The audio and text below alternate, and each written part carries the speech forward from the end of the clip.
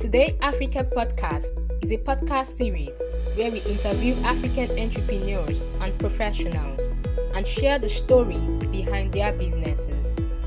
In each interview, we ask how they got started, how they grew, and how they run their business today. The stories are inspiring and also provide specific advice and insight into starting a business. By sharing these stories, we want to help others get started. Welcome to another episode of Today Africa Podcast, and our guest is Dr. Jesca Nkwabi. She's an entrepreneur, an education and business consultant, and she's equally the CEO of Groups in Tanzania. So, Dr. Jesca, you are welcome. Thank you so much, Today African. Thank you so much for having me. Please, can you tell us a bit about yourself? Thank you so much. Dr. Jesca is a serial entrepreneur. She's a business and research consultant, she also serves as the CEO of Group of companies, which is based in Tanzania, and which deals with agro-processing, industrial manufacturing, and trading. As someone that is leading the group, what is the driving force behind your vision for the Group? Thank you so much. So, keeping our vision in mind, we look at what our customers want and keeping up with their needs, and expectations. As a group, we are 20 years old, so we've been in the industry for over 20 years now. And over the years, there are different demands and expectations, technological advancements, and so we are able now to sort of listen to what our customers want or match to what the market expects us to do, and then be able to deliver that to our different customers. What are the challenges that you have faced, at the early stage of your career? What are those challenges and how did you overcome them? Okay, thank you so much. So some of those challenges were, of course, like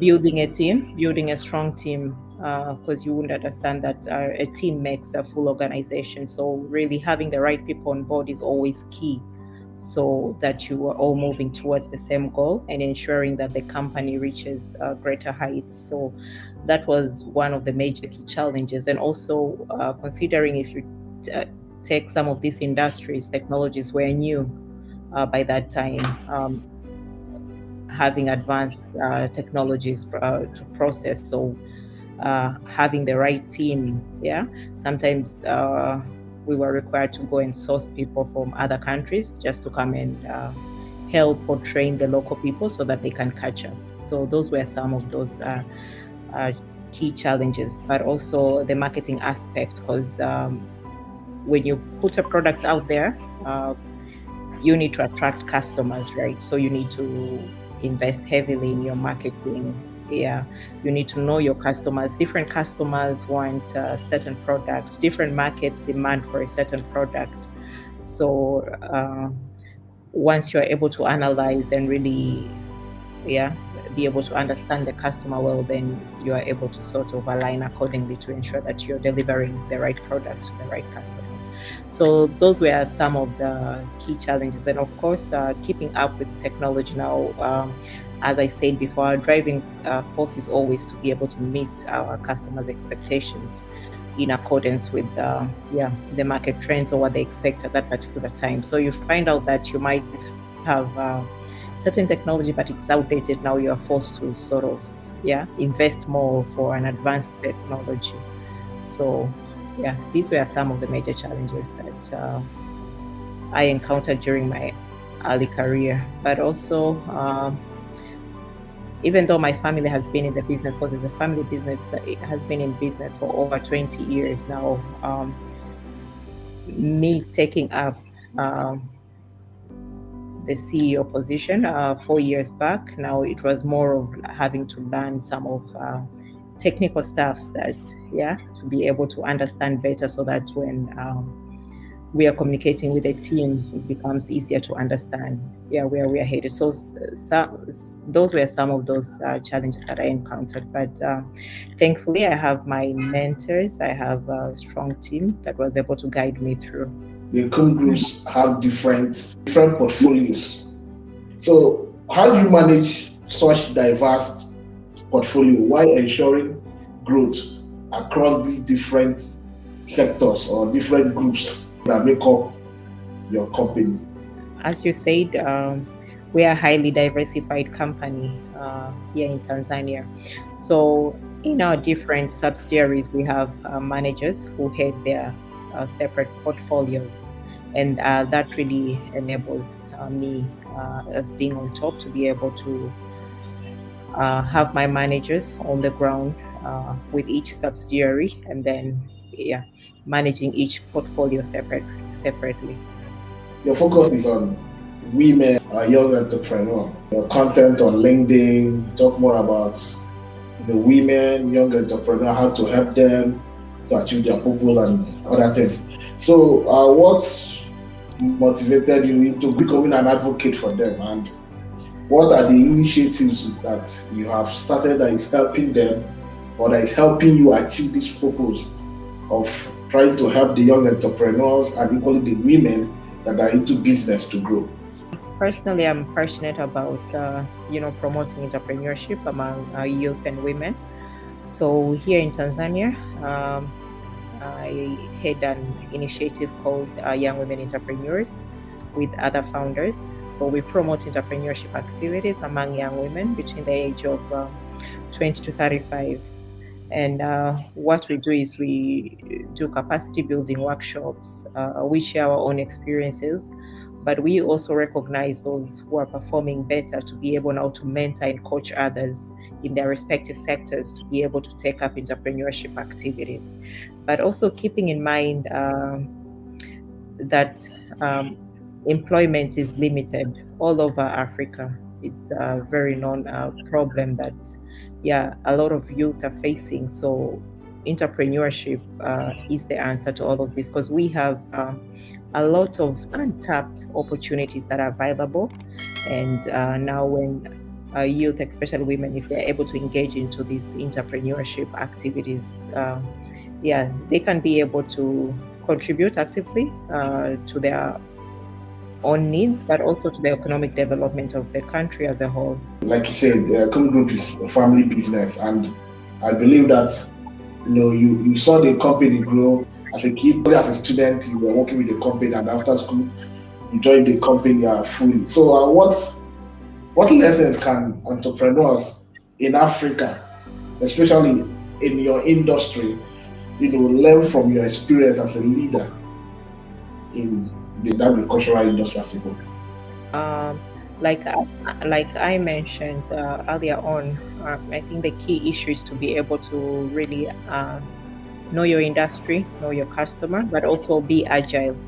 Because you might be in business for a long time, but now trends are changing, customer expectations are changing, so you really need to adapt to that.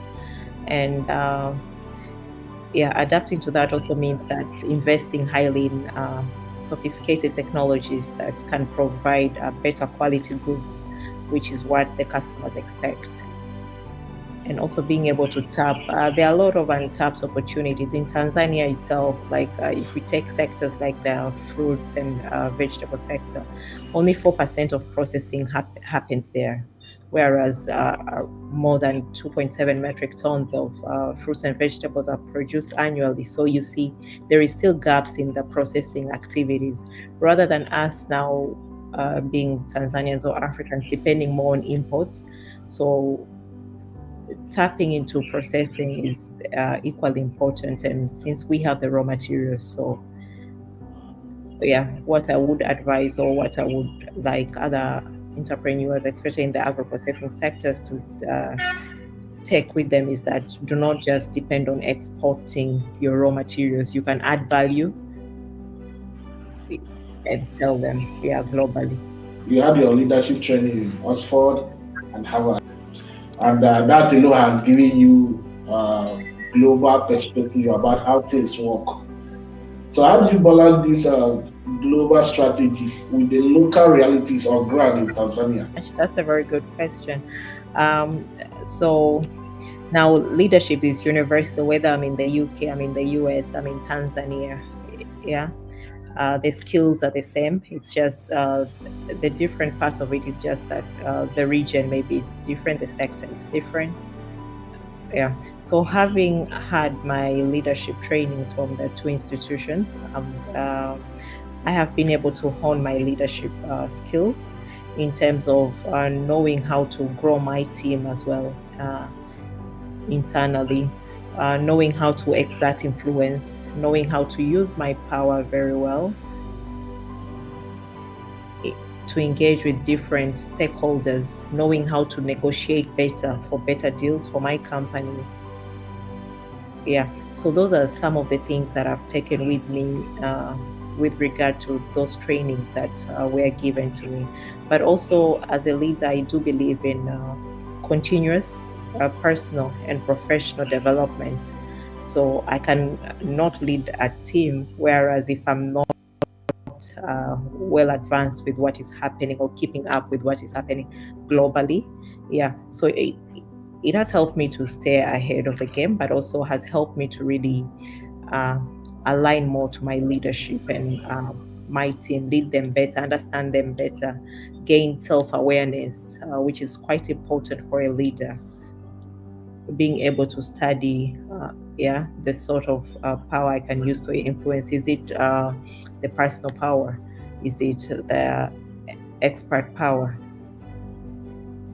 Yeah, so I would say they've been very crucial in helping me to sort of grow and advance more as a leader, but also build a stronger team. Young entrepreneurs, they always find it difficult to build system and processes that helps in smooth running of their business. You're already into the game. You understand the benefits of having system and processes. And I believe that some days you're not in the office, probably you are engaged with one function or the other that will take you outside your office. Still, things are running. You're already teaching young entrepreneurs and women on how to build their business. How can someone who is just new in business or in entrepreneurship build system and processes that will help in smooth running of their business? First of all, I would say, and this is from experience, that it's important to have strong policies as you're starting your business, because that's the fundamental guideline to help you to assess yourself of what is acceptable, what is not acceptable.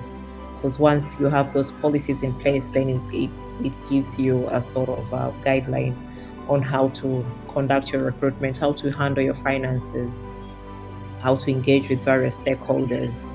Yeah, so that's quite crucial. And also for businesses that are just starting up, it's okay to start up with something small, a small system, and then as you're growing, now you can invest in sophisticated systems like ERPs, but make sure that they meet your industry, your goals as a business, because they need to, systems are put in place to assist you in making your work easier. So make sure, even if you're going for systems, that it's something that aligns to your industry, aligns to your business. So the key thing here is to have policies in place which will guide everything that you do.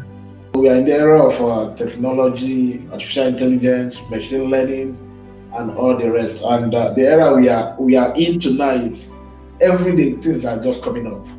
You're just waking up in the morning, you're hearing one invention or one app or one techie stuff like that, and all those things. So what role does technology play in your company, in the different portfolios that make up the company?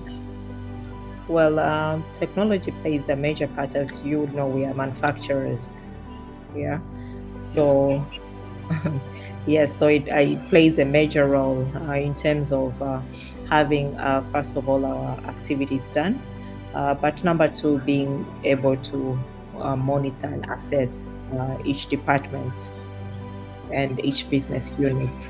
So, like I said, it's quite important to be up to date with the sort of technology that is out there for your business, for your specific industry, so that when customers' trends and expectations are shifting, you're not left behind. So technology is crucial, because it's everywhere nowadays in businesses, whether you're communicating online with different stakeholders from different countries, whether you've invested in a sophisticated machinery and you require intervention, you need the technology to, let's say, consult with the engineer. Let's say your machine has a problem, you need to consult with engineers who might be seated in other countries, let's say France or Germany, or the UK. So it's quite important. Also, it makes work easier, even in terms of reporting systems, getting work done. So it's quite crucial. You're accountable to your partners, to your employees, and equally to yourself. So when employing someone, what are the things you look out for before someone is being allowed to call him or herself an employee of Kun Group?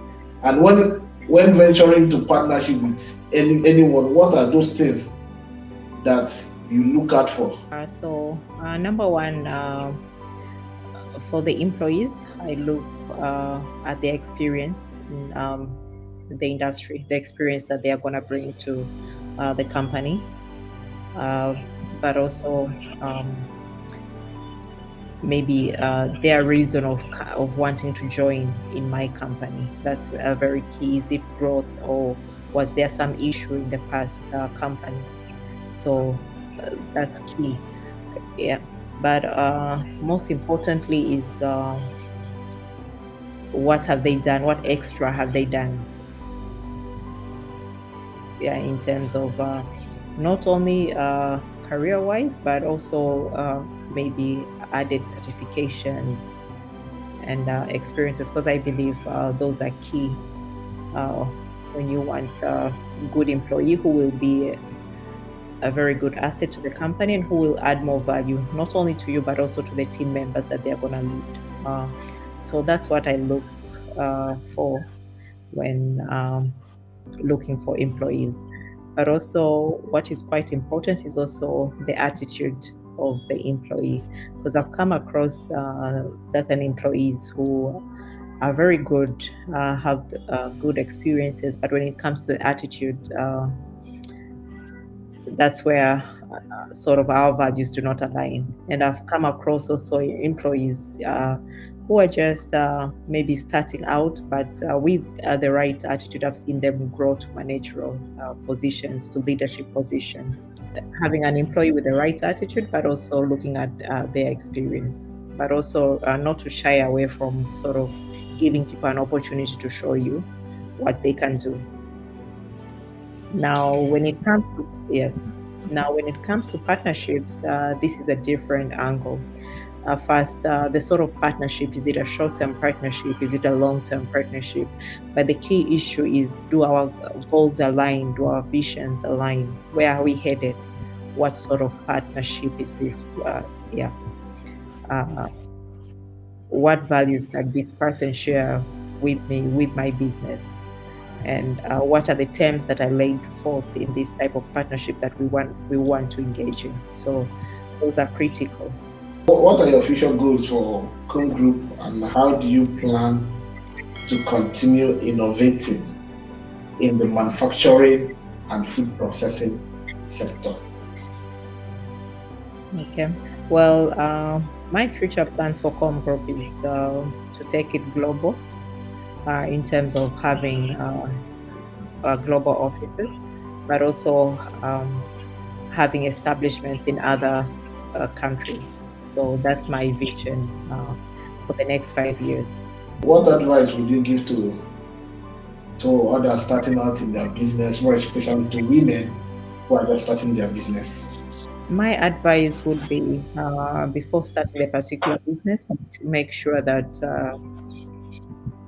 you know this sector very well, and you've done your market research, and yeah, you've understood the gap and you're able to fulfill this gap. That's key.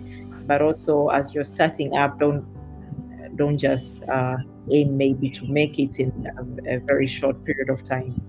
Yeah, it takes time, yeah, to grow a business. There are a lot of things that happen into businesses until they grow. So take your time with the business as you are starting small, but also aiming to grow. Yes. So that's the key advice I would give to women who are starting their business Okay, or start their businesses. thank you so much, Dr. Jessica, for your time. And we do appreciate you for creating that time out of your busy schedule to be on our platform. Today Africa Podcast is a podcast series where we interview African entrepreneurs and professionals and share the stories behind their businesses. In each interview, we ask how they got started, how they grew, and how they run their business today.